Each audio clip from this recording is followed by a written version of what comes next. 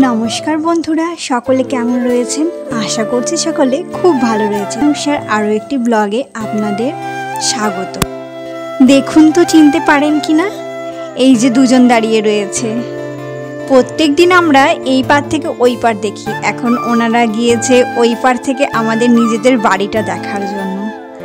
তো ছবিও তুলে নিয়ে এসেছিল আর আমাকে ডেকেছিল যে বেলকুনিতে আসো, আমরা এখানে রয়েছি।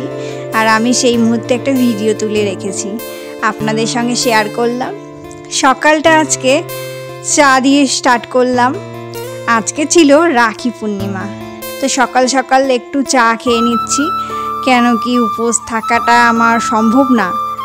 ওষুধ খেতে হয় সকালে, থাইরয়েডের 125 পাওয়ারের ওষুধ। থাইরয়েডের এতই পাওয়ারটা বেড়ে গেছে, ভাবছি কিছুদিন যে ডাক্তার দেখিয়ে পাওয়ারটা কমিয়ে নেব, কিন্তু সেটা সময় হয়ে উঠছে না। তবু আমাকে সময় করতে হবে। আর কিছুদিন আগেই বলেছিলাম, সেই 15ই আগস্টে স্কুলে ডেন্টাল ক্যাম্প বসেছিল, যে সেখানে বলেছিল বাচ্চার যে দাঁতটার পেছনে একটা দাঁত হয়েছে, তো এই আগের দাঁতটা ওকে তুলে দিতে হবে। তো ডেন্টিস্টের কাছেই যাবার কথা ছিল, কিন্তু ওর দেখি দাঁতটা নড়ছিল। তো আজকে আমি সেই দাঁতটাকে সুতো বেঁধে টেনে তুলে দিচ্ছি। হচ্ছে দুলদুল করছে, দাঁতটাকে তুলতে হবে। আমরা এখন ডেন্টিস্ট হচ্ছি। কে ডেন্টিস্ট? এটা কি? এটা দিয়ে দাঁত তোলা হবে। দেখি দাঁতটা কোথায়, দেখাও। আগে আসো, আরো আগাও।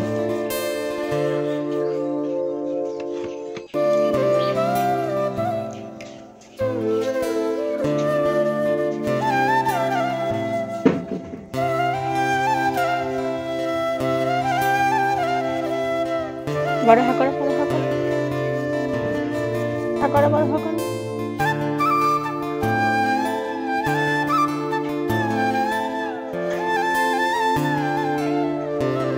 আরো দাও, একটু মুখটা বন্ধ করে রেস্ট করে নাও।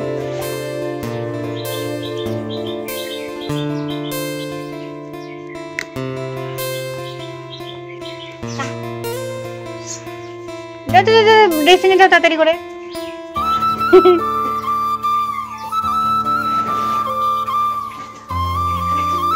ওর যে দুধের দাঁতগুলো নড়বড় করে, তো সেই দাঁতগুলো আমি এইভাবেই সুতো বেঁধে দাঁতটা তুলে দিই। তো তখন একটু সামান্য বের হয় রক্ত, তো কোলগেট লাগিয়ে দিলে পরে তারপরে একটু আস্তে আস্তে ঠিক হয়ে যায়। তো আপনাদের বাচ্চাদের যদি এই রকম না দাঁতটা যদি নড়বড় করে, এই যে কোলগেট লাগিয়ে এসেছে, তো আপনারা এই রকম পদ্ধতি অবলম্বন করতে পারেন। আর আজকে ভাইকে বলেছি যে বাড়িতে আসার জন্য।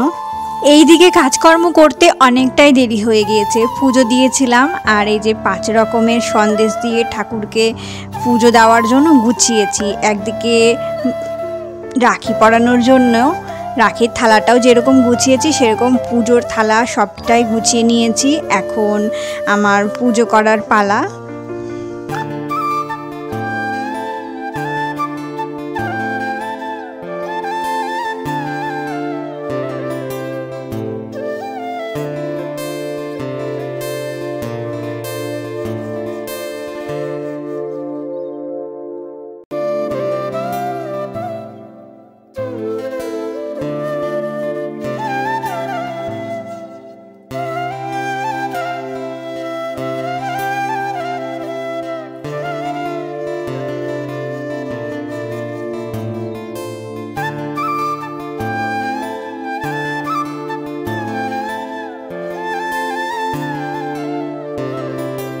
পাঁচ রকমের মিষ্টি দিয়ে ঠাকুরকে ভোগ দিয়েছিলাম, আর সেই মিষ্টির ভোগটা দিয়েই ভাইকে রাখি পরাবো।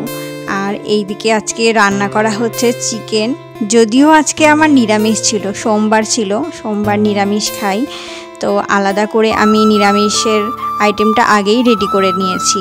নিরামিষের মধ্যে আজকে রান্না করেছি অরলের ডাল, পটল ভাজা, আর তার সঙ্গে আলু পটলের রসা আর ফ্রাইড রাইস। তারপরে এই দিকটাতে রান্না করছি চিকেন। ভাই চিকেন খেতে ভালোবাসে, তো সবাই চিকেন খাবে, আমি শুধু আজকে নিরামিষ।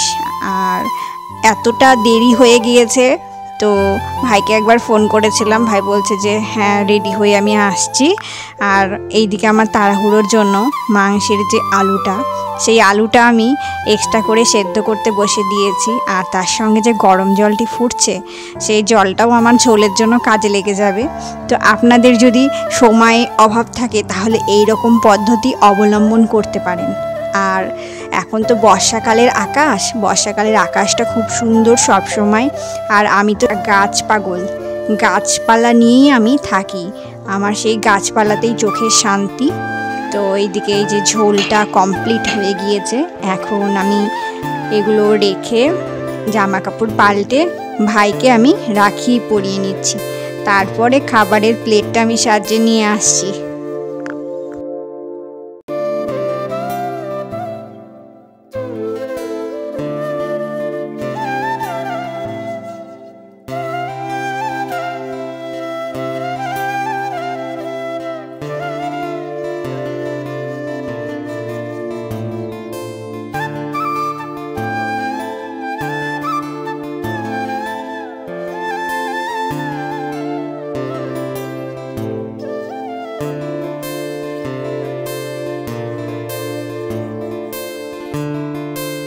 রাখিটা পরানো কমপ্লিট হলো, ভাইকে এই যে মিষ্টিমুখ করিয়ে দিলাম। আর ভাই আমার জন্য নিয়ে এসেছিল ক্যাডবেরি, আর আমিও আমার তরফ থেকে ছোট্ট একটি গিফট রেখেছিলাম ভাইয়ের জন্য। আর আজকে লাঞ্চের থালিটা ছিল এই রকম সাজানো, আগেই বলে দিয়েছিলাম যে কি কি আইটেম রয়েছে। তো বন্ধুরা, আমার আজকের ব্লগটা আমি এইটুকুই রাখছি। পরের ব্লগে আবার আপনাদের সঙ্গে খুব তাড়াতাড়ি দেখা হবে। ততক্ষণের জন্য আপনারা খুব ভালো থাকবেন, সুস্থ থাকবেন। টাটা।